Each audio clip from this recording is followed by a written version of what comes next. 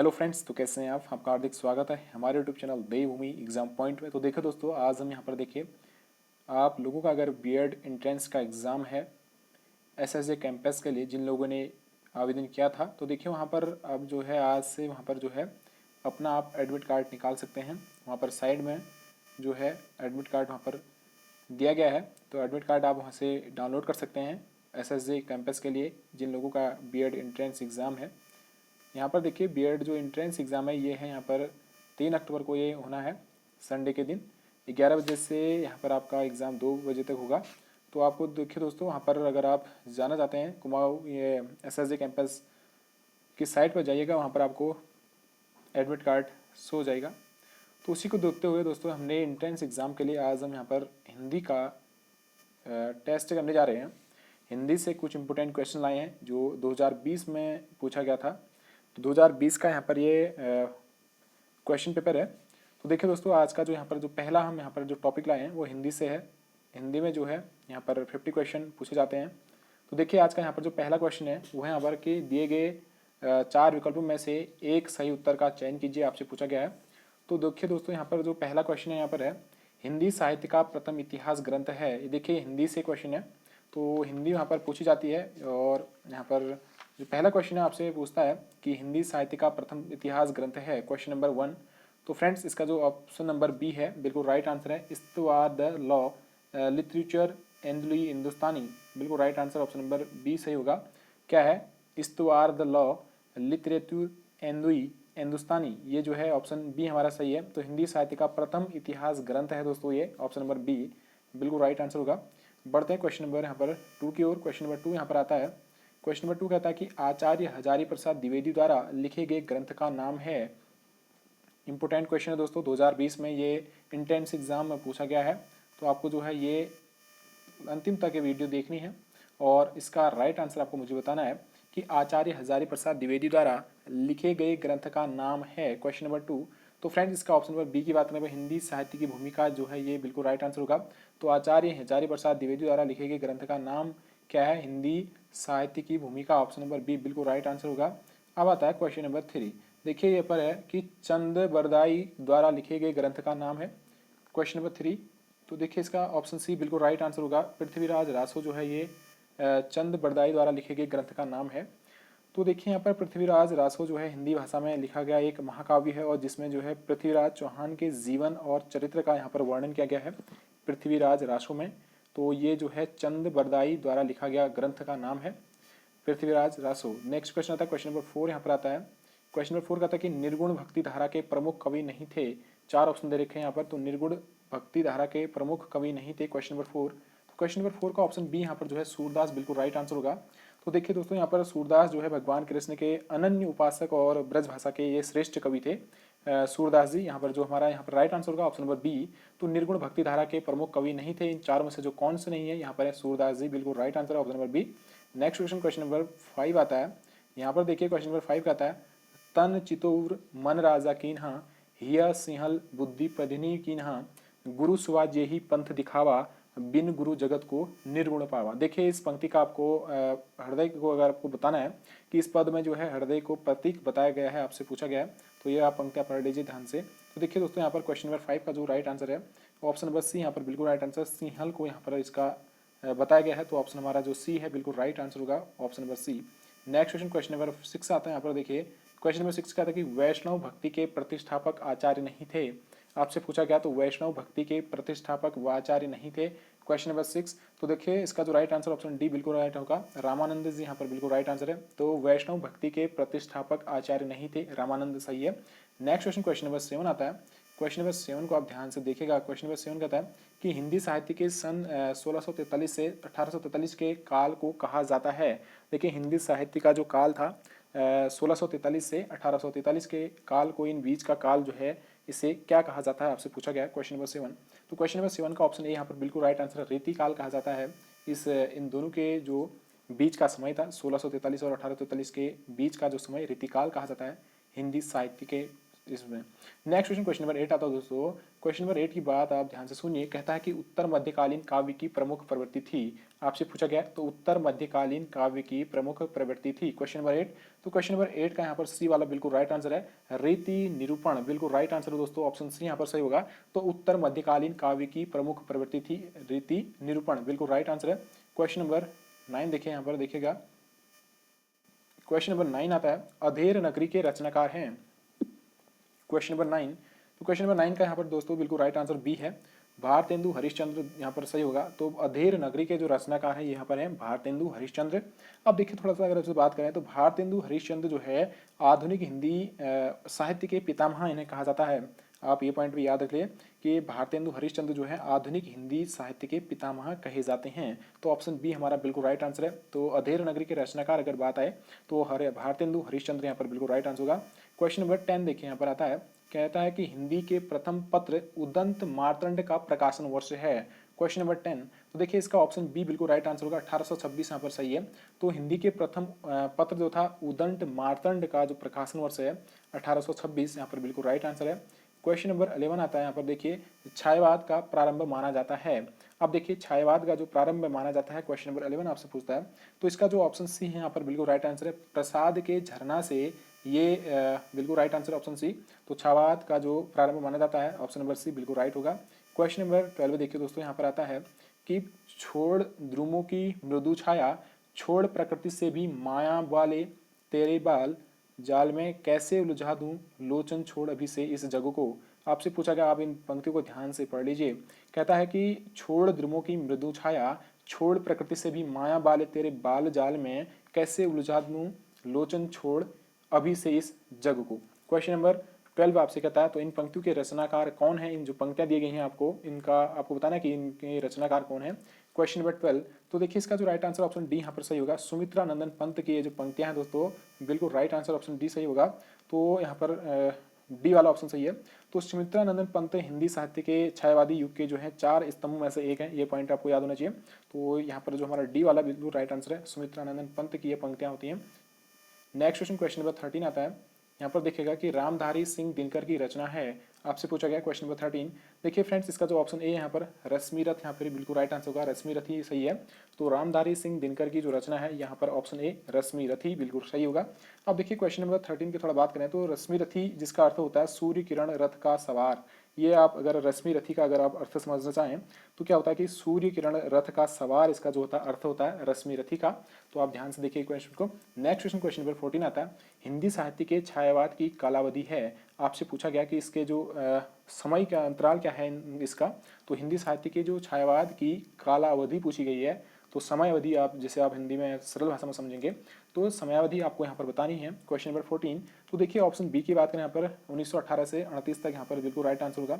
यानी कि 1918 से 1938 तक का जो समय था वही जो था हिंदी साहित्य के छायावाद का जो था समयावधि थी। ऑप्शन नंबर यहाँ पर बी वाला बिल्कुल राइट आंसर होगा। क्वेश्चन नंबर 15 देखिए, यहाँ पर आता है, शब्द शक्ति के मुख्य भेद हैं। आपसे पूछा गया क्वेश्चन नंबर 15, तो शब्द शक्ति के मुख्य भेद हैं। क्वेश्चन नंबर 15 दोस्तों यहाँ पर बी वाला ऑप्शन सही है, तो 3 यहाँ पर जो होगा ऑप्शन सही है।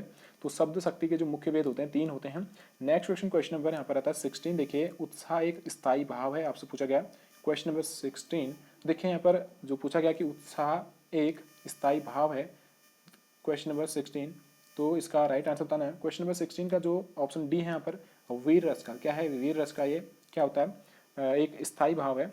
नेक्स्ट क्वेश्चन देखिए, क्वेश्चन नंबर 17 आता है, अब थोड़ा सा इसको ध्यान से देख लीजिए कि पूत सपूत तो का धन संचय, पूत कपूत तो का धन संचय, इस पद में प्रयुक्त अलंकार क्या है। देखिए आपसे यहाँ पर पूछा गया है पूत सपूत तो का धन संचय, पूत कपूत तो का धन संचय, 2 लाइन आपको दे रखे हैं। तो इन पंक्तियों में आपको बताना है कि जो इन अलंकार कौन सा छिपा है। तो क्वेश्चन नंबर 17 आपसे पूछता है, देखिए इसका जो ऑप्शन सी है, देखिए लाटानुप्रास, यहाँ पर बिल्कुल राइट आंसर है। लाटानुप्रास यहाँ पर इस पंक्ति में अलंकार है। देखिए फ्रेंड्स, क्या होता है जब एक शब्द या वाक्यांश की जो आपको अगर मैं समझाऊं तो क्या होता है, जब एक शब्द या वाक्य खंड की आवृत्ति उसी अर्थ में हो परंतु तात्पर्य या अन्वय में भेद हो, तो वहां जो होता है लाटानुप्रास अलंकार होता है। तो आप इसे सीधी सी भाषा में समझ सकते हैं। तो ऑप्शन सी हमारा यहाँ पर बिल्कुल राइट आंसर होगा। क्वेश्चन नंबर 18 आता है, देखिए यहाँ पर पूछा गया कि कंदमूल भोग करे, कंदमूल भोग करे, तीनी बेरी खाती सौ अब तीनी बेर खाती है। प्रस्तुत वाक्य पंक्तियों में प्रयुक्त अलंकार क्या है। देखिए अलंकार से भी यहाँ से क्वेश्चन बन रहे हैं। तो 18 का जो राइट आंसर है दोस्तों यहाँ पर ऑप्शन ए यहाँ पर बिल्कुल राइट आंसर है, यमक अलंकार होगा यहाँ पर। देखिए ऑप्शन ए यहाँ पर सही है। देखिए जब एक शब्द का प्रयोग जो है दो बार हो और दोनों बार उनके अर्थ अलग अलग आए तो वहीं जो होता है यमक अलंकार कहलाता है। तो आप यहाँ पर ऑप्शन ए यहाँ पर सही होगा, यमक अलंकार होगा। क्वेश्चन नंबर 19 देखिए दोस्तों, इस पंक्ति में यहाँ पर दिए गए हैं आपको। तो कहता है कि मानुस हो तो वहीं रसखान, बसो ब्रज गोकुल गांव के ग्वारनी, जो पशु हो तो कहाँ पशु मेरो, चरो नित नंद की धेनु मझारिन। तो प्रस्तुत यहाँ पर वाक्य पंक्तियों में आपको प्रयुक्त छंद बताना। देखिए यहाँ पर छंद की बात हो रही है, तो छंद आप इन पंक्तियों में बताइएगा। तो 19 क्वेश्चन जो 19वां नंबर का क्वेश्चन है, तो ऑप्शन सी यहाँ पर जो है सवैया। तो छंद कौन सा यहाँ पर है, सवैया यहाँ पर सही है, ऑप्शन सी बिल्कुल राइट आंसर होगा। तो बढ़ते हैं यहाँ पर क्वेश्चन नंबर 20 की ओर। यहाँ पर देखिए आपको देखने को मिलेगा कि हिंदी भाषा से तात्पर्य है, आपसे पूछा गया तो हिंदी भाषा से तात्पर्य है तो क्या तात्पर्य है। तो option A B C D 4 option रखे हैं और जो सी वाला ऑप्शन यहाँ पर सही है, ए और बी, मतलब कि उत्तर भारत के मध्य भाग अथवा मध्य देश की भाषा है। दूसरा यहाँ पर है नागरी लिपि में लिखी जाने वाली खड़ी बोली। तो ऑप्शन हमारे यानी कि दोनों यहाँ पर जो इसका अर्थ जो होता है दोनों होता है। तो ऑप्शन सी हमारा जो ए और बी वाला ऑप्शन है बिल्कुल राइट आंसर होगा, यानी कि ऑप्शन सी हमारा बिल्कुल राइट आंसर है। क्वेश्चन नंबर 21, तो पूछता है आपसे कि पश्चिमी हिंदी के अंतर्गत आने वाली बोलियों की संख्या कितनी है। देखिए इंपोर्टेंट क्वेश्चन है। तो पश्चिमी हिंदी के अंतर्गत आने वाली बोलियों की संख्या आपसे पूछी गई है 21। तो 21 का यहाँ पर देखिए दोस्तों 21 का ऑप्शन सी यहाँ पर सही है। तो 5 कितनी है, 5 होती है। तो पश्चिमी हिंदी के अंतर्गत आने वाली जो बोलियों की संख्या कितनी है, 5। तो बढ़ते हैं दोस्तों क्वेश्चन नंबर 22 की ओर। अब देखिए यहाँ पर एक पूछा गया आपसे कि भोजपुरी एक बोली है तो क्या है, पूर्वी हिंदी है या पश्चिमी हिंदी है, बिहारी हिंदी है या राजस्थानी हिंदी है। तो भोजपुरी की बात हो रही है तो कैसी ये भाषा है आपसे पूछा गया। देखिए 22 यहाँ पर इसका राइट आंसर ऑप्शन सी है। क्या है, एक बिहारी हिंदी की है, क्या है, एक भोजपुरी एक भाषा है। तो भोजपुरी एक बोली है, किसकी है, बिहारी हिंदी की। ऑप्शन सी यहाँ पर बिल्कुल राइट आंसर है। क्वेश्चन नंबर 23 आता है। आप इसको ध्यान से देखिएगा कि उजाला, देखिए उजला एक क्या है। आप देखिए पूछा है आपके यहाँ कि उजला एक है तो क्या है, तत्सम शब्द है, तद्भव शब्द है, देसी शब्द है या विदेशी शब्द है। तो उजला जो है यहाँ पर 23 का ऑप्शन हमारा बी वाला एक क्या है, तद्भव शब्द है। देखिए ऑप्शन बी हमारा बिल्कुल राइट आंसर है। क्वेश्चन नंबर 24 आता है।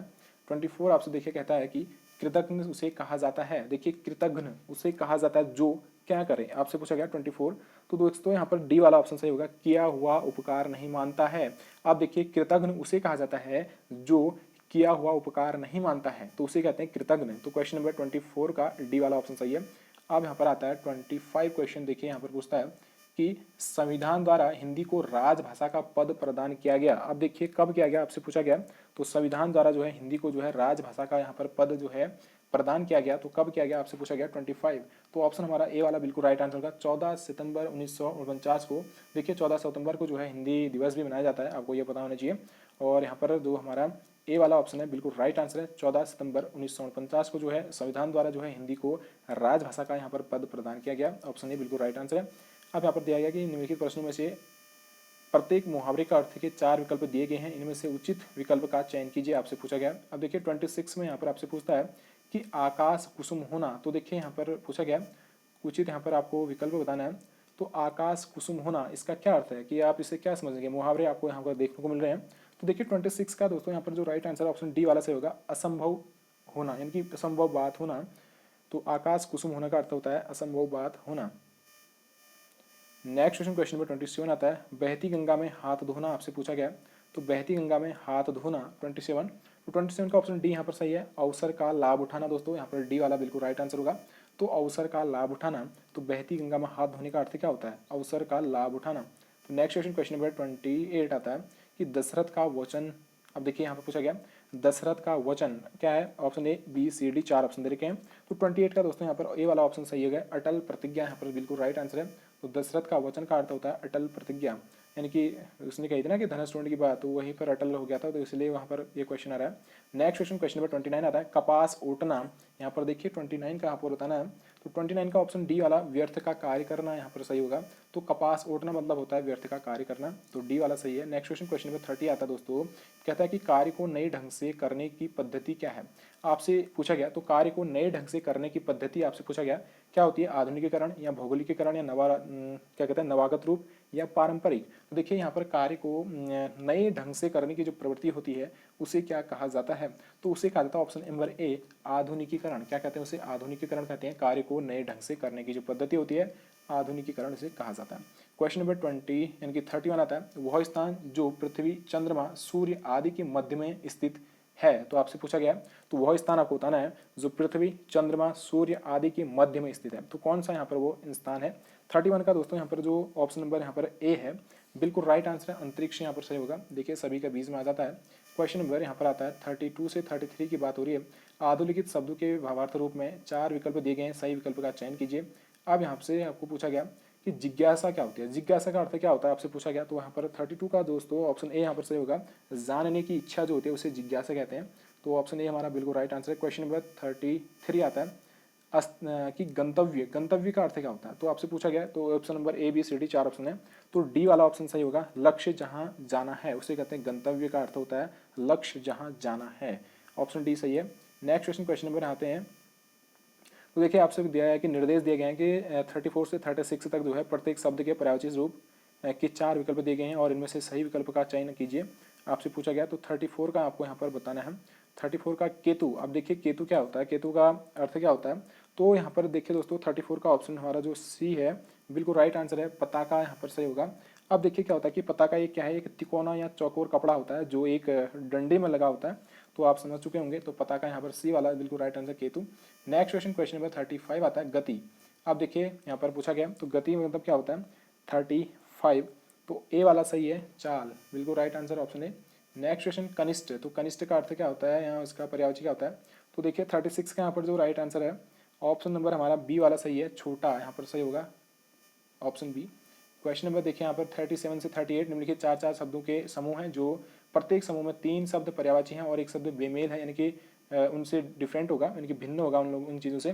तो बेमेल शब्द का चयन कीजिए, आपसे पूछा गया। तो 3 शब्द तो पर्यायवाची हैं, एक जो है विभिन्न प्रकार का है।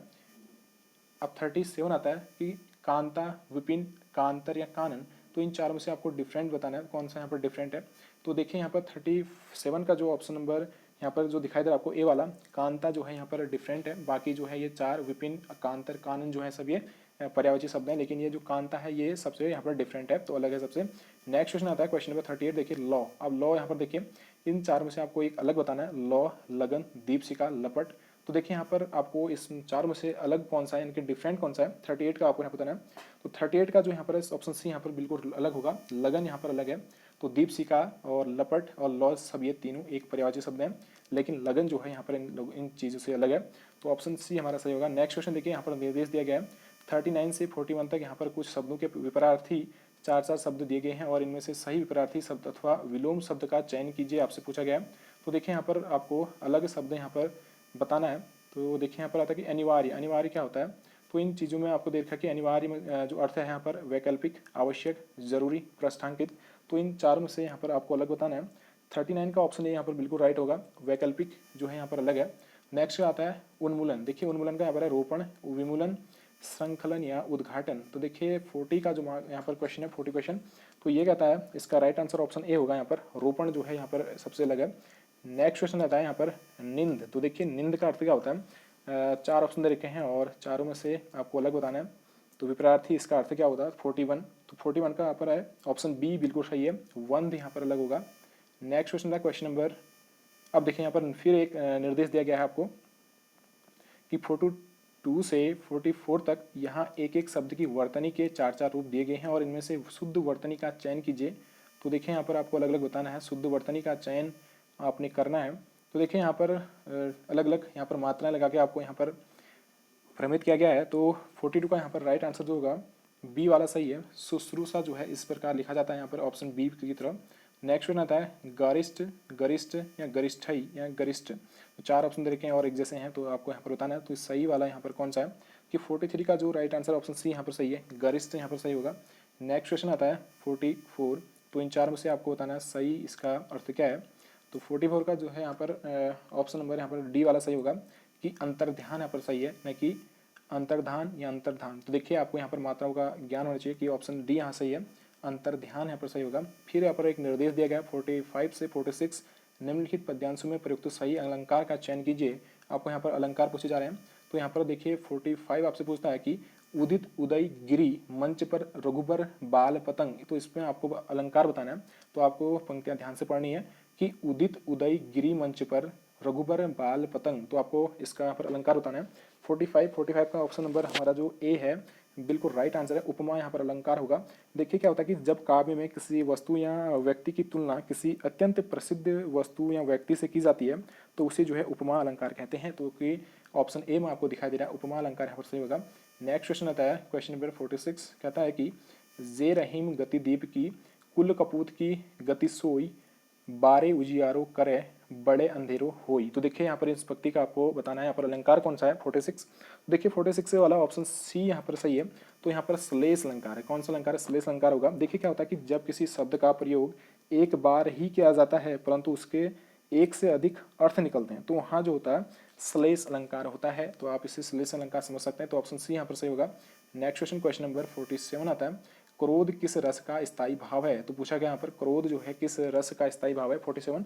तो 47 का जो है ऑप्शन सी यहाँ पर सही होगा रौद्र रूप। देखिए यहाँ पर जो है यहाँ पर रौद्र रस होगा। जो क्रोध जो होता है ना, क्रोध गुस्सा जिसे आप समझ सकते हैं, तो यहाँ पर किस रस का यहाँ पर स्थायी भाव है आपसे पूछा गया है। तो रौद्र रूप का यहाँ पर जो है स्थायी भाव होता है। तो 47 का ऑप्शन सी सही है। तो जब किसी एक व्यक्ति द्वारा दूसरे व्यक्ति का अपमान करने से जो क्रोध उत्पन्न होता है उसे कहते हैं रौद्र रस कहते हैं। वहाँ पर क्या होता है? रौद्र रस होता है। तो यहाँ पर ऑप्शन सी सही होगा। तो इसी प्रकार हास्य रस भी होता है, आप समझ सकते हैं। तो 48 का यहाँ पर आपको बताना है कि अन्वयी का सही संधि विच्छेद क्या है 48। तो 48 का यहाँ पर ऑप्शन ए सही होगा, अनु प्लस आई यहाँ पर सही है। तो अन्वयी का सही संधि विच्छेद होगा अनु प्लस आई। नेक्स्ट क्वेश्चन आता है क्वेश्चन नंबर 49, कहता है कि मतैक्य में कौन सी संधि है? देखिए मतैक्य यहाँ पर आपको बताना है मतैक्य, तो इसका आपको यहाँ पर संधि बतानी है। तो यहाँ पर संधि कौन सी है 49 में?